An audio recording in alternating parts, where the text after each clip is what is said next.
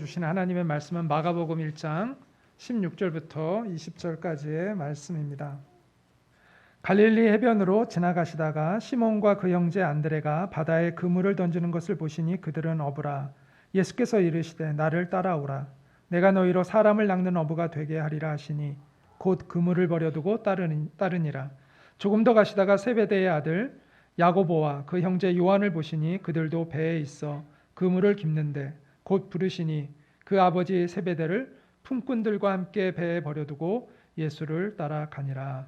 이것은 살아계신 하나님의 말씀입니다. 아멘. 네, 오늘은 최선의 선택이라는 제목으로 여러분과 말씀을 함께 나누고자 합니다. 가장 아름다운 보석 중에 하나인 진주는 유일하게 땅이 아닌 바닷속에서 만들어지는 보석이죠. 이 아비뷸레데라는 굴 조개가 있는데 거기에 안에 있는 모래가 변해서 이렇게 진주가 되는 것입니다. 굴 조개의 몸속에 이제 모래가 들어오면 이 굴은 둘 중에 하나를 선택해야 한다고 합니다. 낙하라는 특수한 물질을 발산해서 그 모래를 감싸는 겁니다. 근데 그게 고통스럽대요. 본인에게는. 그런데 그 조개에게는 고통스럽지만 그 고통에도 불구하고 그렇게 할 때 그것이 이제 진주가 된다는 것이죠. 그런데 만약 그렇지 않으면 모래알을 무시하면은 고통은 없지만 점점 살이 곪아서 죽을 수도 있다고 합니다. 사람들은 다 자기의 인생이 이처럼 진주처럼 되기를 원하죠. 그러나 고통은 또 피하고 싶어 합니다. 안락하기를 원하죠. 힘든 게 아니라 그저 안락하게 살기를 원하는 마음이 있습니다. 거기에 우리의 딜레마가 있죠. 여러분도 아마 그와 같은 딜레마 가운데 고민하고 또 걱정하는 갈등한 적이 있었을 것입니다. 여러분은 그런 갈등 가운데 어떤 선택을 해 오셨나요? 본문 말씀 속에서 우리는 바닷가의 4명의 남자들을 만나게 됩니다. 그들은 용기 있는 선택을 통해서 그들의 인생을 아름다운 진주처럼 만들었던 사람들이었습니다. 본문은 예수님께서 갈릴리에 있는 그 어부들 중에 4사람을 부르는 이야기가 오늘 나옵니다. 먼저 예수님은 시몬과 베드로라는 시몬이 베드로, 제가 잘못 얘기했어요. 시몬과 안드레, 시몬이 이제 베드로 같은 겁니다. 같은 사람입니다. 그래서 시몬과 안드레를 예수님 먼저 부르시는 내용이 나옵니다. 그리고 그들은 이 부르심에 응답해서 예수님을 따라 나서게 되고요. 그 다음에 또 오늘 본문에 야고보와 요한이라는 형제들이 나옵니다. 다 형제들이에요. 시몬과 안드레가 형제고 야고보와 요한이 형제인데 이들을 또 부르셔서 이들이 또 예수님을 따라 나서는 이야기가 나오는데 오늘 본문을 보면 마치 예수님이 이제 막 길을 가는데 처음 그들을 봤는데 그들을 부르시니까 그들이 응답한 것처럼 착각할 수가 있어요. 오늘 본문만 보면 그렇게 생각할 수가 있어요. 그런데 그게 아니라 우리가 요한복음 1장을 보면 자세하게 그 내용이 나오기 때문에 우리가 요한복음 1장을 더불어 같이 보면 그 내용을 좀 더 자세하게 알게 됩니다. 안드레는 원래 누구였냐면 세례 요한의 제자였어요. 그런데 세례 요한이 예수님을 하나님의 어린 양을 하고 이렇게 표현을 하니까 이 안드레가 예수님이 되게 특별한 분이구나 깨닫고 이제 예수님을 따라갔습니다. 그리고 안드레가 자기의 형인 시몬을 불렀어요. 그러니까 예수님께로 같이 부른 거예요. 그래서 예수님이 시몬을 베드로라고 불러주셨어요. 그래서 이제 시몬 베드로가 된 거예요. 무슨 얘기냐면 예수님이 이들을 부르시기 전에 그들과 예수님 사이의 관계성이 이미 있었다 없었다? 있었다는 거예요. 그걸 말씀드리고 싶은 거예요. 또 야고보와 요한도 마찬가지입니다. 요한 역시 안드레와 마찬가지로 세례 요한의 제자였어요. 그런데 안드레가 예수님을 따라갈 때 그도 예수님을 따라가게 된 거예요. 따라서 요한은 이미 예수님을 알고 있었습니다.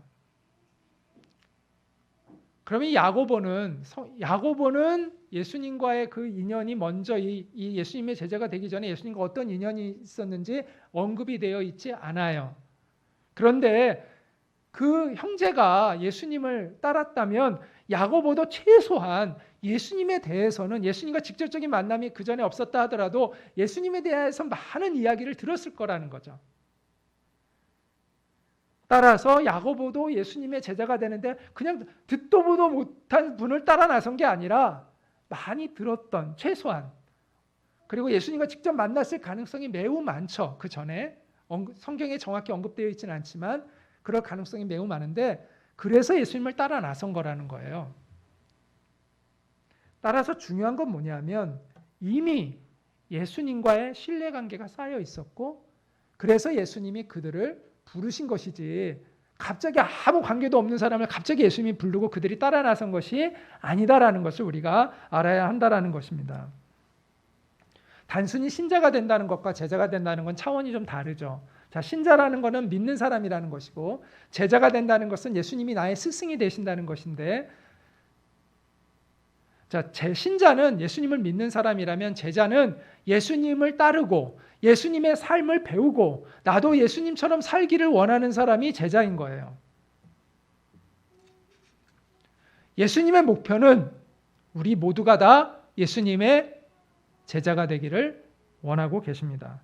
그래서 예수님은 제자들에게 이런 명령을 주셨는데 뭐라고 말씀하셨죠? 너희는 가서 모든 족속으로 제자를 삼으라 라고 말씀하셨잖아요. 예수님은 우리 모두가 제자가 되는 것이 예수님의 목표라는 것을 우리가 알아야 합니다. 그러나 주님은 서두르지 않으실 뿐이에요. 서두르지 않고 우리를 제자로 이끌어 가고 계십니다. 여러분은 어느 단계에 있나요? 아직 신자의 단계에 그냥 머물러 있나요? 아니면 제자의 단계로 여러분이 나아가고 있나요? 예수님을 따른다는 건요, 즉 예수님의 제자가 된다는 건 하루아침에 되는 것은 아닙니다. 자, 예수님을 따르려면 먼저 예수님과의 관계가 형성되어야 하고 예수님에 대한 신뢰가 쌓여가야 돼요. 예수님을 만나보고 또 예수님과 대화도 나누고 예수님과 함께 지내보기도 전에 어떻게 예수님의 제자들이 온전히 자신을 예수님께 드리는 삶을 살아갈 수가 있겠습니까? 마찬가지로 오늘날도 우리가 예수님과 만나서 예수님과 영적으로 교제하고 예수님과의 신뢰가 쌓여야 우리가 예수님께 온전히 우리를 의탁하는 제자가 될 수 있는 것이지, 그렇지 않은데 우리가 제자가 될 수는 없는 것이죠. 예수님은 탁월한 리더세요. 탁월한 리더는요, 리더십을 발휘하기 전에 뭘 먼저 쌓을까요? 신뢰를 먼저 쌓아요. 자, 여러분 이걸 잘 기억하셔야 돼요. 여러분이 좋은 리더가 되려면요, 내가 리더십을 발휘하기 전에 뭘 먼저 쌓아야 된다고요? 신뢰를 쌓아야 되는 거예요. 그 신뢰를 쌓는 것에서 실패하면 좋은 리더가 될 수가 없어요.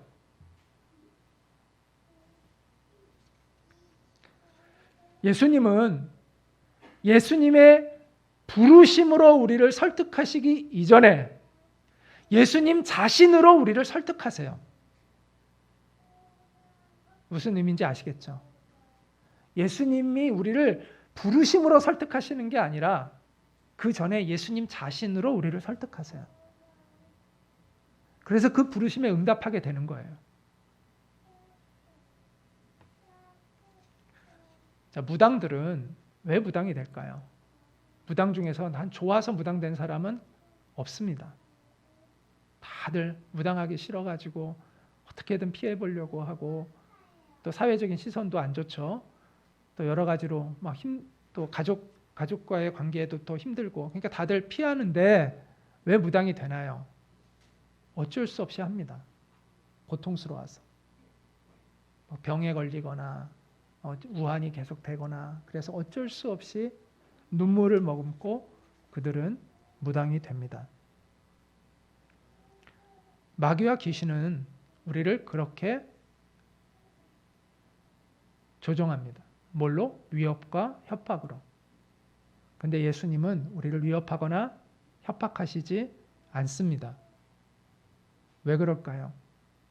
예수님은 우리를 설득할 수 있는 존재적 능력이 있으시기 때문입니다. 마귀는 우리를 감동시킬 능력이 없어요. 그런 인격이 안 돼요, 마귀는. 그런 인격이 안 되는 사람은 위협하고 협박해서 사람을 조종하려고 하죠. 마귀도 그렇고 사람들도 그래요. 인격이 안 되니까 위협하고 협박해서 사람들을 조종하려고 하는 거죠. 그런데 예수님은 사랑의 능력이 있으시기 때문에 우리를 위협하거나 협박하시지 않습니다. 우리를 감동시켜서 우리 스스로가 기쁨으로 주님 앞에 헌신하도록 기다리고 계시는 것이죠. 진정한 헌신은 강요로 되는 것이 아닙니다. 신뢰와 사랑으로 되는 것입니다.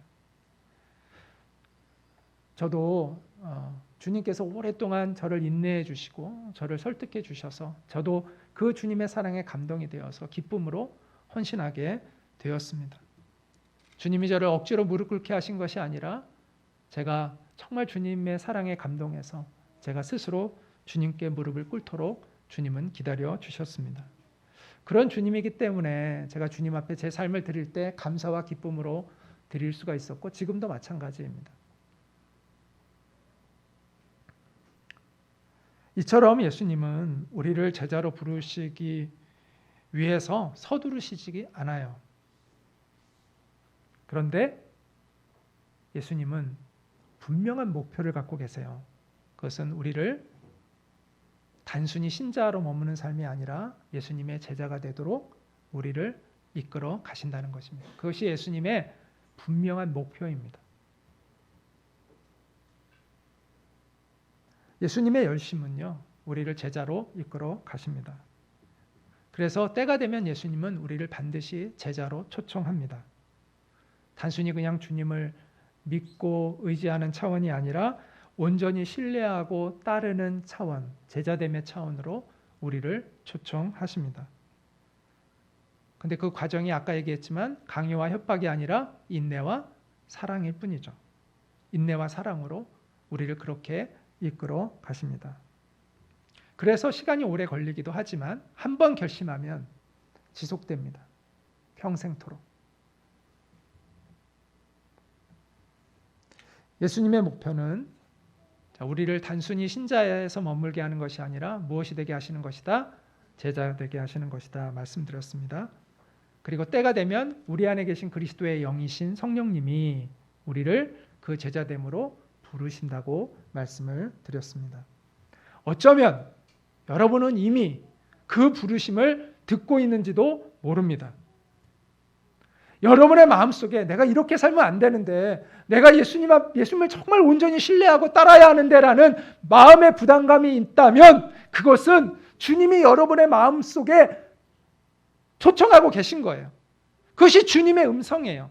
주님의 음성이 누구야 따라라 이런 말로 들리는 음성이 있는 것이 아니라 여러분의 마음속에 내가 예수님을 온전히 따라야 되는데 라는 마음의 부담감이 있다는 것은 주님이 주시는 음성인 거예요. 그런 마음을 누가 주겠어요? 그런 마음을 누가 주겠어요? 그런 마음은 그냥 들어오는 마음이 아니에요. 그거는 내 안에 성령님이 계셔야만 가능한 일이고 성령님이 나를 부르셔야 가능한 마음이에요. 그 마음을 결코 가볍게 여기시면 안 돼요.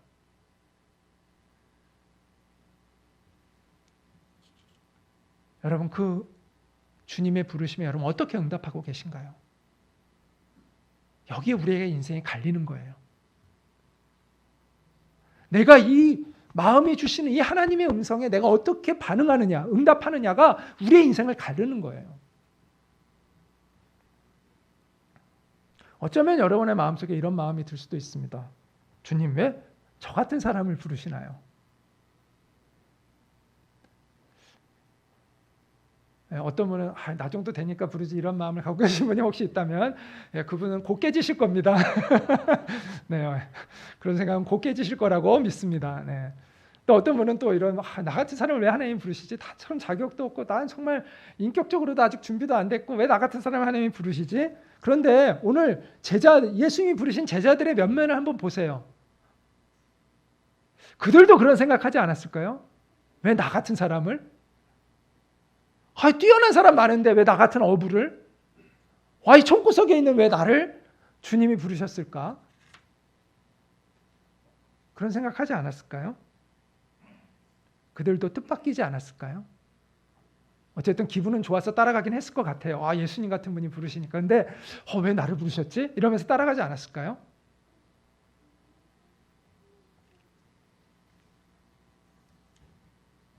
그러나 예수님은 우리의 현재를 보고 부르시는 게 아니에요. 우리의 미래를 보고 부르시는 것입니다. 예수님은 우리가 있는 그 자리에서 우리를 부르시죠. 그러나 우리가 그 자리에 계속 머물러 있게 하시지 않고 우리의 자리를 옮겨 가십니다. 베드로와 안드레는 물고기를 잡기 위해서 그물을 던지고 있다가 주님의 부르심을 받았습니다. 그리고 야고보와 요한은 그물을 수선하고 있다가 예수님의 부름을 받았습니다. 그런데 그들은 예수님의 부름을 받는 순간 그 자리에서 떠나야 했습니다. 이거는 꼭 물리적인 떠남을 얘기하는 것이 아니라 우리가 익숙한 자리에서 벗어나는 그 부르심이 있다, 자리로 가야 된다는 거죠. 내가 머무르기 좋아하고 익숙한 그 자리가 아닌 우리를 옮겨가신다는 거예요. 영적인 의미에서. 예수님이 우리를 부르시는 것은 우리가 무슨 훌륭한 일을 하고 있을 때 우리를 부르시는 게 아닙니다. 우리가 훌륭한 사람으로 준비되어 있어서 우리를 부르시는 것이 아닙니다. 우리가 연약하지만 우리의 부족함을 아시면서도 예수님은 우리를 부르시는 거예요. 주님은 계획이 다 있으세요. 요즘 계획이 있다는 게 유행처럼 말을 하는데 예수님은 정말 계획이 다 있으세요. 어떤 계획이 있으실까요? 우리를 변화시켜가고 성장시켜 가시는 계획이 있으신 것입니다. 자, 일반적으로 회사는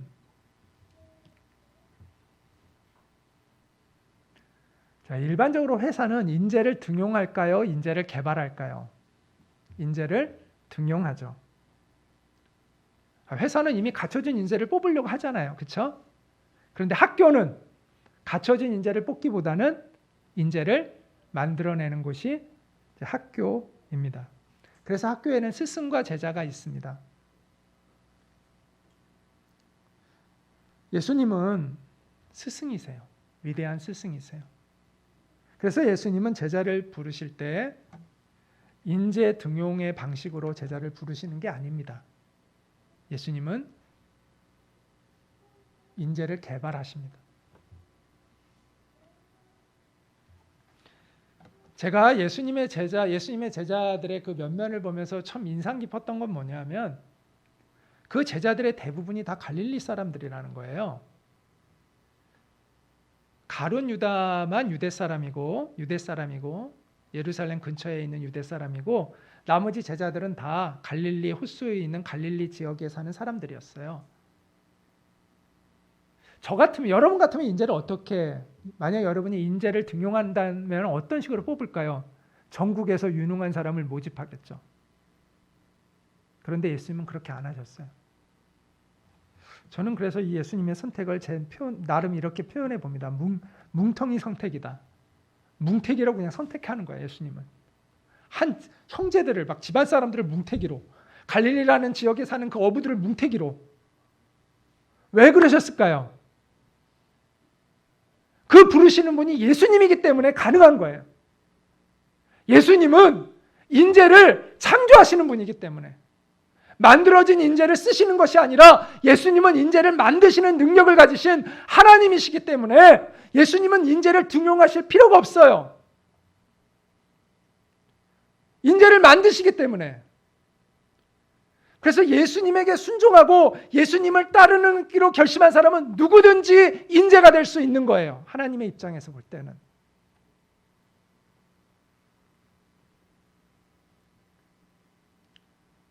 그래서 우리가 드림잇 교회 안에 우리 학생들을 뽑을 때 가장 중요한 건 이 마음속에 예수님이 있느냐가 중요한 거죠.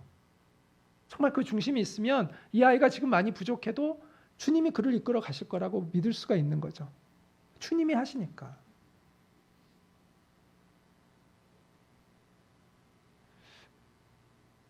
그래서 우리가 인재를 뽑는 그 기준들이 또 일반 학교와는 또 다른, 대안학교와는 다를 수 있는 거죠.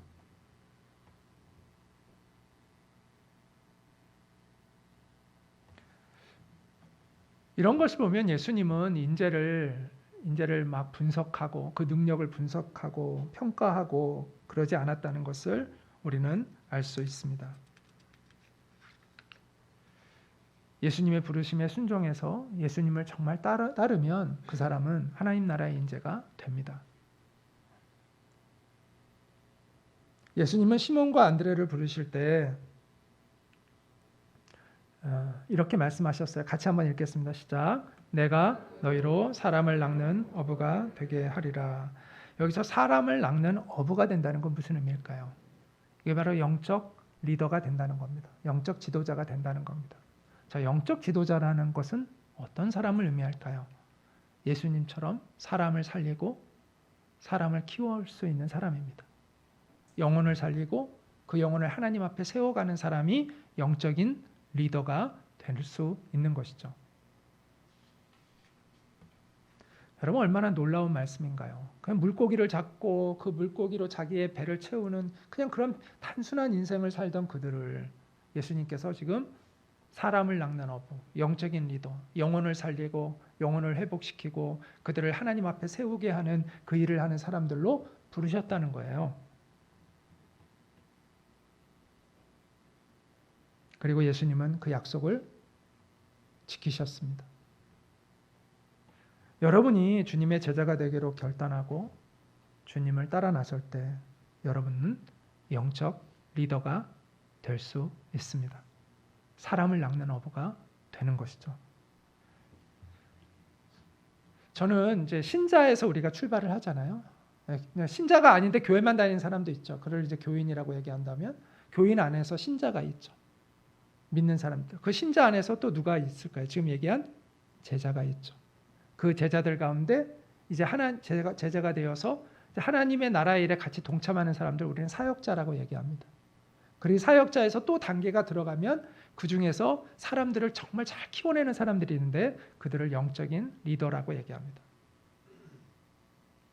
그래서 신자에서 제자, 제자에서 사역자, 하나님의 일에 같이 동참하는 사람들, 청지기 정신을 가지고 하나님의 일에 동참하고 하나님의 성교에 동참하는 사람을 사역자라고 하죠.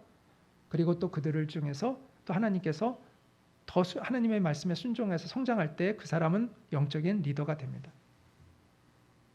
이런 단계가 있어요. 쭉 성장하는 거예요. 신자에서 머무는 사람이 되지 않았으면 좋겠습니다. 주님의 목표는 우리를 다 영적인 리더로 만들어 가시는 거예요. 우리가 그 부르심에 얼마만큼 순종했냐에 따라서 거기에까지 갈 수 있는 사람이 있고 그렇지 못한 사람이 있겠죠. 그러나 주님의 목표는 분명합니다. 우리를 영적인 리더로 사람을 낚는 어부가 되게 하시는 것입니다.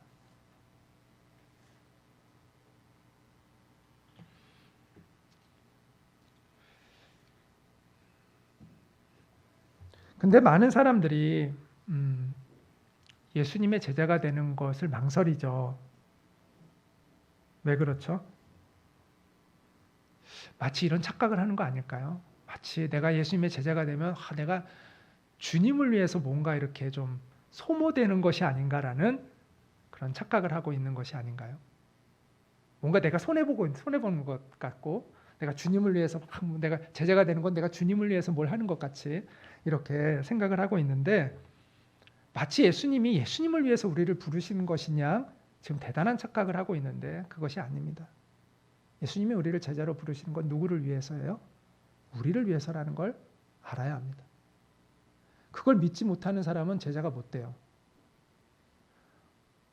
주님이 뭐 아쉬워서 우리를 제자 삼으려고 하는 게 아니에요. 우리를 위해서, 우리를 성장시키기 위해서 제자 삼으시려는 거예요. 우리를 사람 되게 하시기 위해서, 우리를 좀 제대로 좀 성장하도록 돕기 위해서 우리를 제자로 부르시는 거예요. 도와주시기 위해서. 주님이 나를 도와주시기 위해서 나를 부르시는 거예요.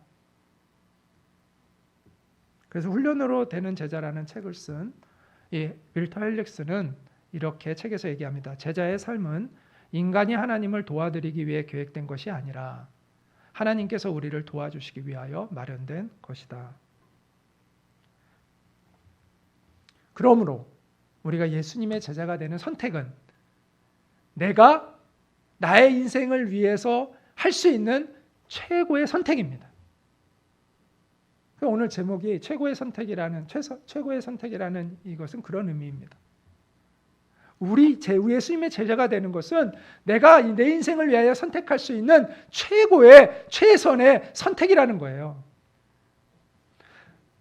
사람들은 예수님을 따를 때 치러야 할 대가에 대하여 염려합니다. 물론 대가가 있습니다. 왜냐하면 예수님께서 이렇게 말씀하셨거든요. 누구든지 자기 십자가를 지고 나를 따르지 않는 자는 내 제자가 되지 못하리라 라고 말씀하셨잖아요. 누구든지 나를 따르려면 자기 십자가를 지고 나를 따라야 할 것이다. 그렇지 않은 사람은 내 제자가 될 수 없을 것이다 라고 말씀하셨기 때문입니다.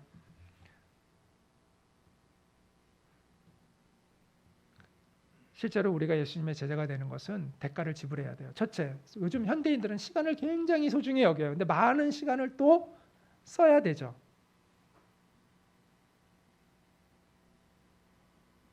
자기가 누리고 싶은 시간을 포기하고 그 시간들을 또 제자가 되기 위해서는 또 주님 앞에 드려야 되는 시간들이 생기죠.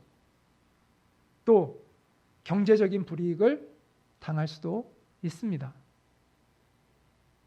내가 막 별짓 다 하면서 돈을 벌었는데 예수님의 제자가 되면 이것도 못하고 저것도 못하고 내가 재정적인 손해를 볼 수도 있습니다. 누구는 또 예수님 잘 믿어서 부자가 될 수도 있겠지만 또 누구는 예수님을 잘 믿기 때문에 어려움을 당할 수도 있는 것이죠.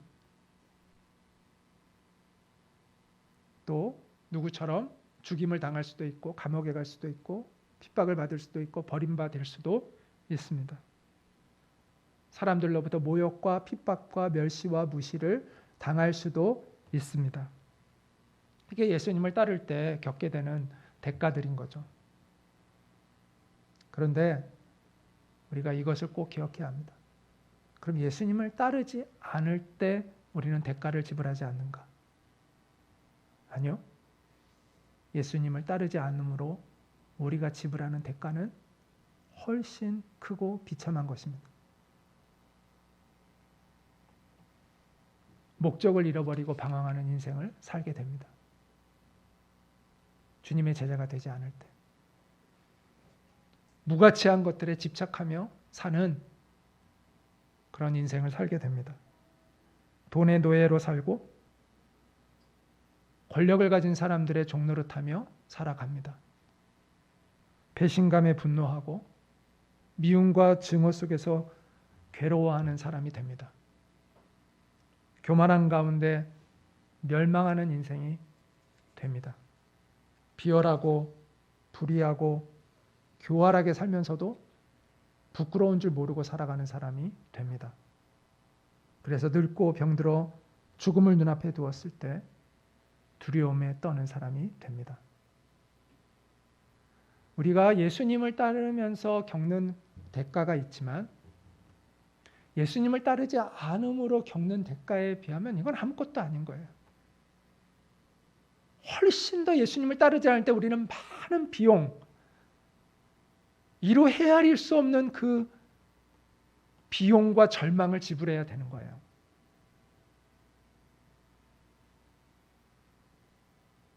여러분 속지 마세요. 너 왜 고생을 사서 하려고 그래? 편안하게 살지. 왜 주님의 제자가 돼서 너 고생을 사서 하려고 해? 라는 것은 여러분의 성장을 막는 마귀의 소리입니다.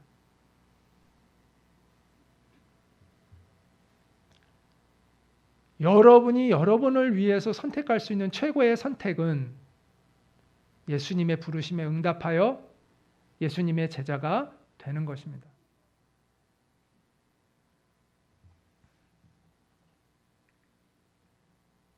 예수님의 제자가 된다는 것은 나를 위해 내가 선택할 수 있는 인생 최고의 선택이라는 것을 꼭 기억하시기 바랍니다. 너는 나를 따르라. 주님이 여러분의 마음속에 말씀하고 있을 것입니다. 그리고 우리가 중에 어떤 분은 그 부담감을 분명히 느끼고 있을 것입니다. 자, 그러면 망설이지 말고 당장 결단을 하시기 바랍니다. 예수님께서 베드로와 안드레에게 나를 따라오라 내가 너희로 사람을 낚는 어부가 되게 하리라 할 때 그들이 어떻게 반응했냐면 18절에 보면 곧 그물을 버려두고, 곧이라는 단어가 나오죠. 굉장히 중요한 단어입니다. 곧 그물을 버려두고 따르니라 라고 말씀하고 있습니다. 즉각적으로 반응했다는 것이죠.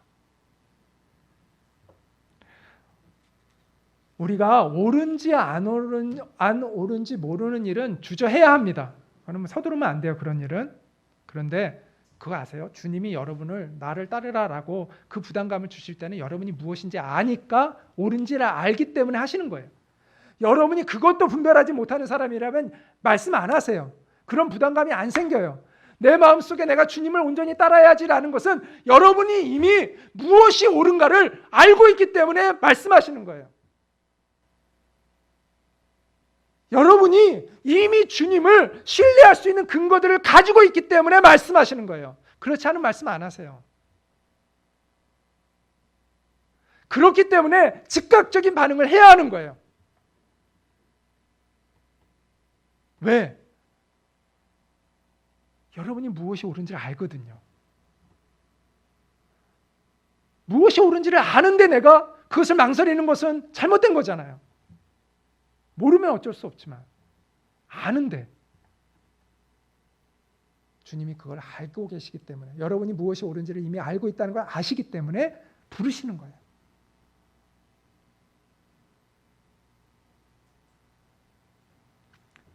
여러분이 그때 망설이잖아요. 그럼 누구에게 틈을 주는 걸까요? 마귀에게 틈을 주는 겁니다.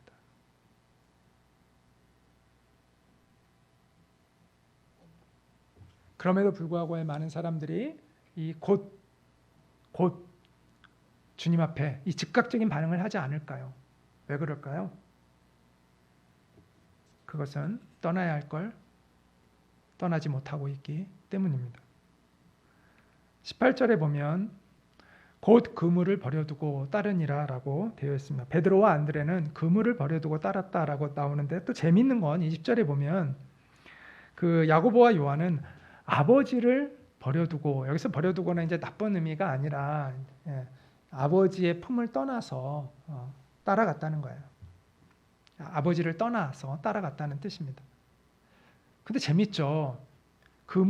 베드로와 안드레는 그물을 버려뒀다고 하고, 야고보와 요한은 아버지를 떠나서 예수님을 따랐다고 얘기해요. 왜 그랬을까요? 이건 그냥 제 생각인데, 이거는 추측인데, 사람들은요 각자 포기하기 어려운 게 다른 것 같아요. 베드로와 안드레에게는 어쩌면 그 생계 수단이, 먹고 사는 그 생계 수단이 예수님을 따르는데 어려움이 되는 것이었던 것 같아요. 그물이. 그래서 성경은 그들에 대해서는 그물을 버려두고 따르니라 라고 표현한 것이 아닐까. 또 야고보와 요한은 그런 문제는 아닌데 그물의 문제보다는 아버지를 떠나는 게 어려웠던 것 같아요. 아버지의 어떤 보호막일 수도 있고, 또 아버지와의 정 때문일 수도 있고, 그게 너무 돈독하고 그랬기 때문에 그 아버지를 떠나서 예수님을 따라가는 게 어려웠던 것 같아요. 그런데 그들이 예수님을 따르기 위해서 아버지의 품을 떠났다는 거죠. 그래서 이렇게 기록하지 않았을까 라는 추측을 해봅니다. 어쨌든 우리는 각자 우리가 집착하고 있는 것이 있어요. 포기하기 어려워하는 게 각자 좀 달라요. 그런데 우리가 그것들을 포기할 때 예수님을 따를 수가 있다는 것이죠. 여러분은 무엇이 여러분을 붙잡고 있습니까? 돈에 매인 인생이 되지 마시기 바랍니다. 출세, 세상적인 성공이 여러분의 발목을 붙잡지 않게 하시기 바랍니다. 부모님을 공경하되 부모님에게 매인 인생이 되면 안 되고요. 남편을 사랑하고 아내를 사랑하되 남편에게 매이고 아내에게 매이는 그것도 옳은 것은 아닙니다. 제 말을 오해하지 마세요. 또 요것만 딱 따다가 또 뭐 남편에게 매이지 말라고 했다, 아내에게 매이지 말았다 이러면 제가 굉장히 곤란해집니다. 예. 그런 게 아니라 사랑하되, 사랑하되 제가 분명히 얘기했습니다. 예, 사랑하고 잘해야죠. 그런데 매이는 것은 옳은 게 아니에요. 자녀도 마찬가지예요. 자녀를 우리가 사랑하되 자녀에게 매이는 것은 옳은 게 아니에요.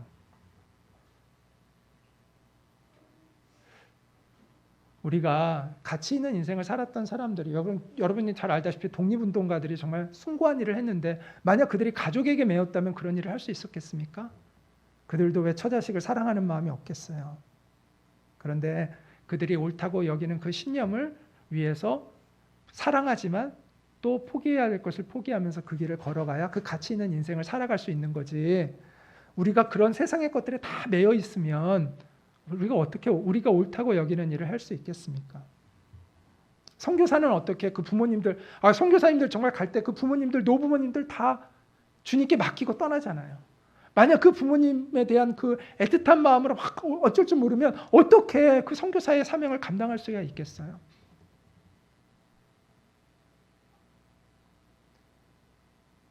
그러니까 우리가 자식도 사랑하고 배우자도 사랑하고 부모님도 공경하고 돌봐드리고 해야 될, 당연히 그래야 되는데 거기에 매이면 안 돼요. 그러면 주님을 따를 수가 없어요. 주님께 맡기면 주님께서 오히려 도와주셔서 그 문제들을 해결해 주시는데 내가 스스로 그거를 막 끙끙거리면서 그러면 주님을 따르지도 못하고 문제도 해결이 안 되죠. 성경은 그 매여 있는 것을 우상이라고 얘기합니다. 그 매인 것 때문에 주님의 뜻을 따르지 못할 때 그것은 우리의 우상이 되는 것이죠. 우상은 버려야 됩니다. 지금까지 나눈 내용을 정리하면 다음과 같습니다. 예수님은 우리를 제자로 부르시기 전에 먼저 신뢰의 관계로 우리를 부르세요. 그러므로 우리를 부르는 건 갑작스럽게 되는 일이 아닙니다. 주님과에 대한 신뢰가 상당히 쌓였을 때 주님이 우리를 불러주세요. 제자로.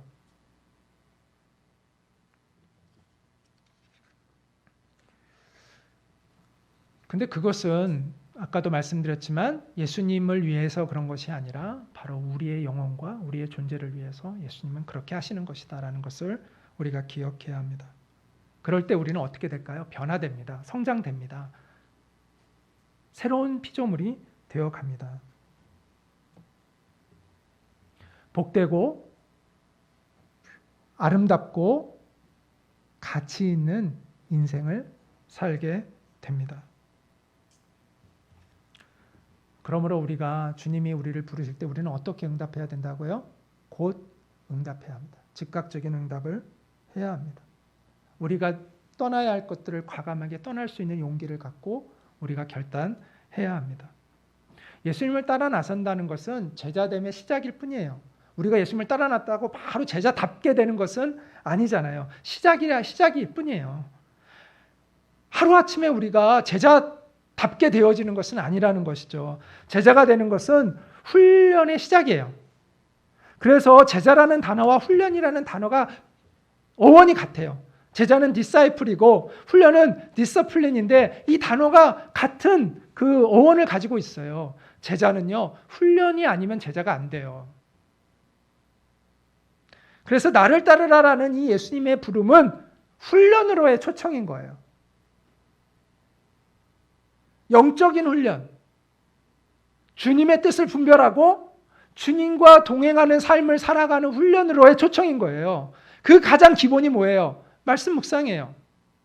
개인의 영성훈련의 가장 기초는 딴 거 없어요. 말씀을 묵상하고 그 말씀을 중심으로 기도하는 거예요. 그냥 심플해요, 아주. 개인의 영적인 묵상, 개인의 영성훈련은 이 한 가지예요. 말씀을 묵상하고 그 말씀을 중심으로 기도하는 거예요. 이걸 꾸준히 하면 성장하게 돼요. 아주 어떻게 보면 참 단순한 거죠. 이게 이제 기초예요. 그러면서 이제 거기에 사람과의 관계를 어떻게 하느냐, 이제 인격적인 성숙이나 이런 여러 가지 것들이 붙지만 가장 기초는 나와 하나님과의 관계를 맺는 가장 기초적인 훈련은 말씀 묵상이에요. 그래서 여러분이 말씀 묵상 훈련을 꼭 하셔야 돼요.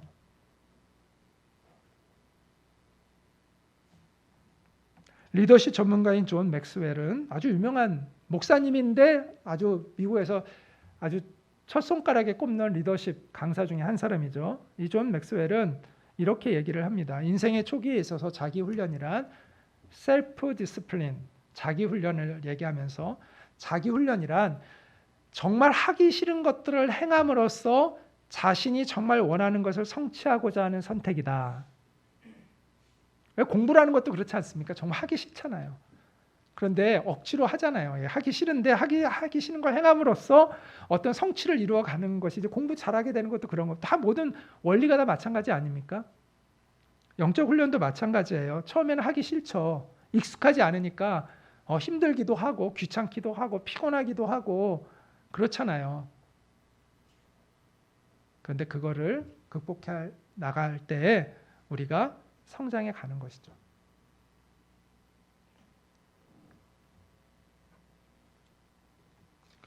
훈련의 과정을요, 처음부터 막 즐거워서 하는 사람은 없습니다.